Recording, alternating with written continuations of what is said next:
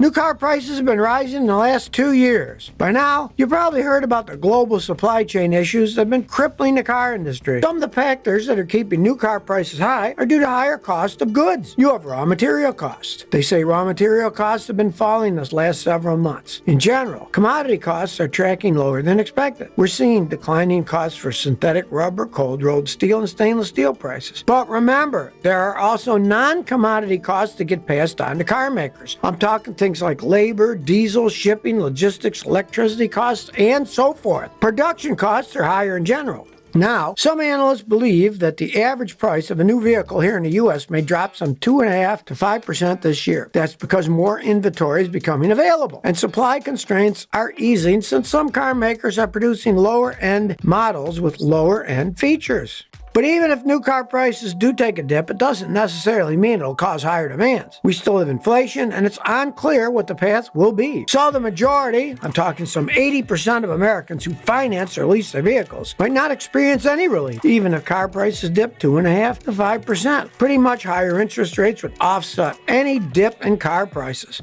If anything, the demand for new cars is a lot lower than it's been in previous years. Before the pandemic, Americans bought up to 17 million new cars a year on average. But last year, we only bought 13.7 million. This year, because of high sticker prices, consumer demand for new cars continues its downward spiral. And so, sales have been falling. In fact, one analyst described this trend as demand destruction. Interestingly enough, in just 2 weeks in February 2023, wholesale used car prices increased by 4%. Analysts didn't expect such a high jump in such a short period of time. But let's talk briefly about used car prices. Some analysts were saying that used car prices are starting to look better. After all, they've been steadily falling for the past few months. But don't get too excited yet. Several weeks ago, average used car prices were tracking at 30% above pre-pandemic levels. Remember the inflationary pressures I talked about in the new car market? Well, the same pressure impacts the used car market too. For example, used vehicles are also sensitive to changes in commodity prices because these prices affect their scrap value.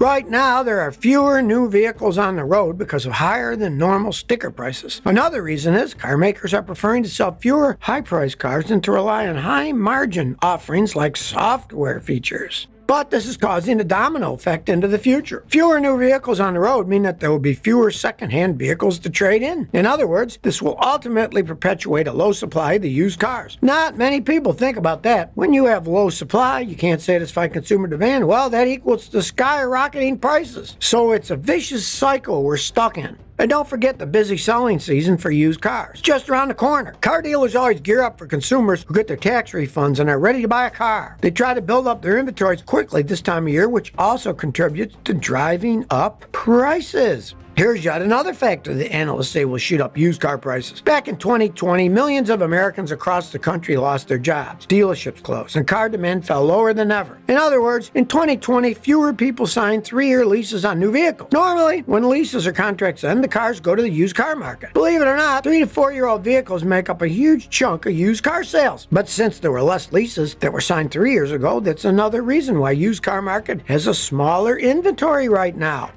But let's shift gears and get back to the new car market. Not many people know this, but they say the new car market is becoming a luxury market. This is a big shift that could affect the market more ways than you think. The reason why the shift is remarkable is because of how fast it's happening. A couple years ago, if you told someone that the Jeep would have a sticker price of $110,995, they'd probably laugh in your face. But today, this is the new normal. Just look at the market shift over the past 5 years, for example. Way back in December 2017, there were 36 models with MSRPs below $25,000. This price sector of the market made up almost 13% of all new vehicles that year. Sales volume was nearly 204,000. And in 2017, buyers with subprime credit scores made up 13.9% of the market. But just 5 years later, in December 2022, there were only 10 models with MSRPs under $25,000. And this price sector of the market made up less than 4% of all new vehicle sales that year, and sales volume for that sector dropped to some 43,600. Plus, that same month, buyers with subprime credit scores only made up 5.2% of the market. Now, I know you'll say inflation changes the dollar value of money, and it's true. So you'll have to take that with a grain of salt since I haven't seen stats on the adjusted value. But here's something that'll give you a glimpse of what I'm talking about. When you look at higher-end car prices from December 2022, you'll find more than 25% of all new vehicles sold at MSRPs over $60,000. Plus, there were over 90 unique models in that category with total sales of about $323,400. 5 years earlier, in December 2017, only 8% of all new vehicles sold had MSRPs over $60,000, and there were just 61 models with sales of 122,900 cars. Now, basically, the U.S. incentivized car makers and Americans to electrify by offering a $7,500 tax credit towards the purchase of certain electric vehicles. Electric passenger cars under $55,000 and electric SUVs, trucks, and vans under $80,000 qualified. But one of the problems with the regulation was how it defined an SUV. The reason is the IRS that was defining it was using old standards. For example, Tesla said the Model Y was an SUV, and since it was priced at $65,990, it should have qualified for the tax credit. But in the IRS's opinion, it was an electric passenger car which has a lower price cap of $55,000, and therefore said the Model Y was ineligible. Tesla's hands were tied. So Tesla shocked the industry by lowering the price of the Model Y to nearly $53,000. It thereby made it eligible for the tax credit. Soon after, Ford followed suit and lowered its Mustang Mach-E. Its cut ranged between $600 to $5,900. So the new starting price ranged between $46,000 and $64,000, depending on the trim. Ford acknowledged it did this to stay competitive, even though it meant that some of the Mach-E trims wouldn't be profitable on a per-unit basis. In other words, Ford was willing to take a loss on their own dime just to compete. If this is the beginning of a price war, I'll tell you who'll get hurt real bad. It's the U.S. startups. I'm talking about startups like Rivian and Lucid. They're already losing money as it is. So a price war will make it even harder for them to grab market share, especially during this time of high inflation and high interest rates. You can see that Lucid is already on the edge. Lucid is the luxury market. Its cars are expensive, and most Americans can't afford them as it is. In fact, cars exceeded the maximum price threshold to be eligible for the federal tax credit. The Lucid Air Touring, for example, retails at $107,400 as a base model. Now that's pretty much double the $55,000 price cap allowed by the Inflation Reduction Act for passenger cars. Just forget about the Air Grand Touring, which starts at $138,000. Anyway, soon after Tesla and Ford slashed their prices, Lucid came forth and offered to give customers a $7,500 credit on certain variants of the Lucid Air. Basically, it's like a $7,500 discount. Funny enough, just a week or so after Tesla and Ford slashed prices, the IRS updated and broadened its definition and standards for the federal tax credit for SUVs. And that's how the Model Y only just recently became eligible as an SUV for the federal tax credit. In response, a week or so after, Tesla raised up the price of the Model Y yet again. Well, this time the price increase wasn't as big as the price cut. Nevertheless, it's funny how volatile EV prices are getting, even more than ever before. It's almost like stock market now with its daily up and downs. Overall, though, this is good news for Americans. I mean, now the Model Y is cheaper than its original price, and on top of that, you get the tax credit. But it also benefits Tesla. Here's the thing. Almost immediately, as the Tesla price cuts were announced, the Model Y became the second most researched vehicle in America. Just a week before, it was the 70th most researched vehicle. Talk about a big leap. Obviously, the price cuts piqued consumer interest. Ford also saw a positive impact on its own brand soon after its price cut. Ford customers commented that they especially appreciated Ford's decision to reimburse them for the price differences on the Mach-E's.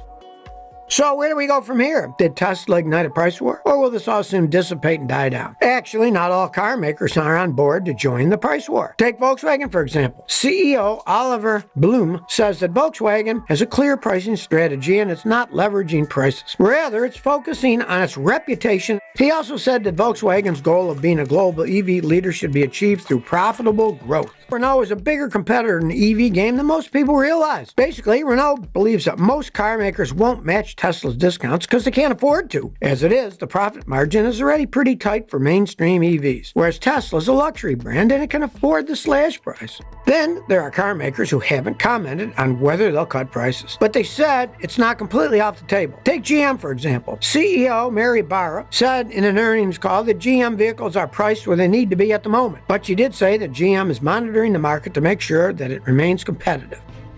At any rate, supply chain suppliers are also on edge because an EV price war will impact them directly. Look at Tesla suppliers, for example. Word on the street is that Tesla suppliers have already started bracing themselves, anticipating pressure to cut the prices themselves. Tesla's chief financial officer, Zach Kirkhorn, said that Tesla will attack every cost, including the supply chain. Actually, these aren't just rumors. In China, one supplier said Tesla's targeting cutting costs by 10% to keep up with the competition. For now, there's no concrete news from Tesla suppliers like battery makers Panasonic, Cattle, or LG Energy, but I'd say that's probably because of confidentiality agreements. Now, putting pressure on suppliers is nothing new. One unnamed Tesla executive said that during the pandemic, Tesla focused more on delivery and less on pricing. Apparently, Tesla was even willing to pay more to get parts faster. But now that Tesla prices have been lowered, it wouldn't be a surprise if Tesla may add pressure on its suppliers. But here's the problem. As it is, a lot of suppliers are struggling financially, and they might not be able to handle all added pressure from Tesla. Look at what happened to one supplier that has Tesla as one of its biggest customers. I'm talking about Jissing North America. Last year, Jissing filed for bankruptcy. That came down partly to high commodity prices and high labor costs. Point is, suppliers are already tight squeezed. Anyway, whether a price war has started or whether it'll die down, only time will tell. For now, it's good news for you as a consumer. Honestly, right now is one of the best times to buy an EV new or used because for the first time since November 2021, the average used EV on the market is now below $50,000. And if the price war continues, prices should drop even further. The irony is that in recent times, car prices have been on the rise. Right now, to get your hands on a new car, you're looking at an average sticker price of almost $50,000. That's why some analysts think more car makers will likely follow with their own price cuts. When you think about it, cars aren't investments. Cars are liabilities. A house is an investment. Houses appreciate or increase in value over time. On the other hand, a car depreciates or decreases in value over time. Let's talk more about depreciation since it relates to car pricing. Basically, depreciation is the difference between how much your car was worth when you bought it and what it's worth when you sell it. The longer you own a car, the more you use it, the more your car's value will go down. Let's say you bought a car for $20,000 and sold it for $12,000. That comes out to a 40% loss of value over the years you owned the car. Did you know that a brand new car loses somewhere between 9 and 11% of its value the very second you drive it off the lot? So if you bought yourself a brand new $30,000 car, the minute you take it home, you burn $3,000. After 1 year, you're looking at a total car value about 20% less than what you bought it for. Typically, a new car will depreciate anywhere from 15 to 25% every year until you've owned it for 5 years. After 5 years, your not-so-new car will have lost 60% of its initial value.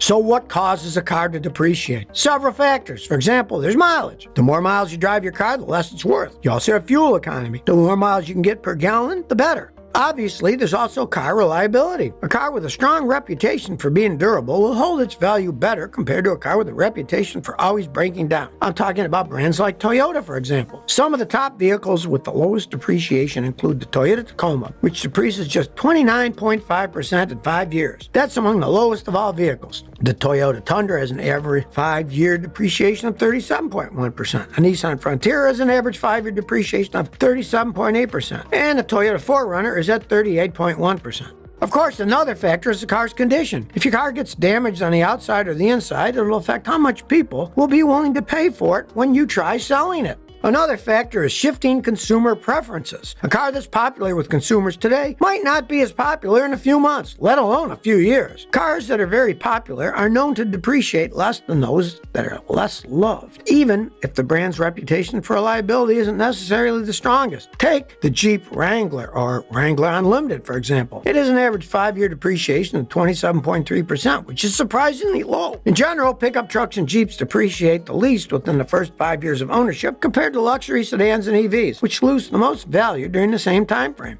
To give you an idea of how an EV depreciates, take a look at the Nissan Leaf. It has one of the highest depreciation in the car industry. I'm talking an average 5-year depreciation of 71.7%. That's gotta hurt. The Chevy Volt is 71.2%. Then you got luxury cars like the BMW 7 Series, which has a high depreciation of 71.1%. The Mercedes-Benz S-Class sits at 69.9%. Honestly, I say just avoid cars with high depreciation.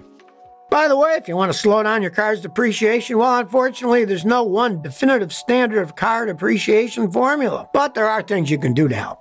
First, when you buy a used car as opposed to a new one, you're letting the first owner take the initial depreciation hit. In other words, you benefit from the loss in value. Also, you can try to keep your car's mileage down. Obviously, people prefer used cars that have less mileage because it usually translates to less wear and tear and less maintenance costs. Also, be sure to stick to your regular maintenance schedule. Regular maintenance prevents key parts and components from wearing out prematurely. Also, try to drive carefully. Car accidents lead to car damage, which isn't good for your car's value. Last tip of the day, choose a car model that's more likely to keep its value, like Toyota, for example, and brands that retain value more than others. But now you tell me, are you planning on buying a new car this year? And when do you think prices will fall, if ever? Please share by commenting below. If you like this video, please like, share, and subscribe. Thanks for your support.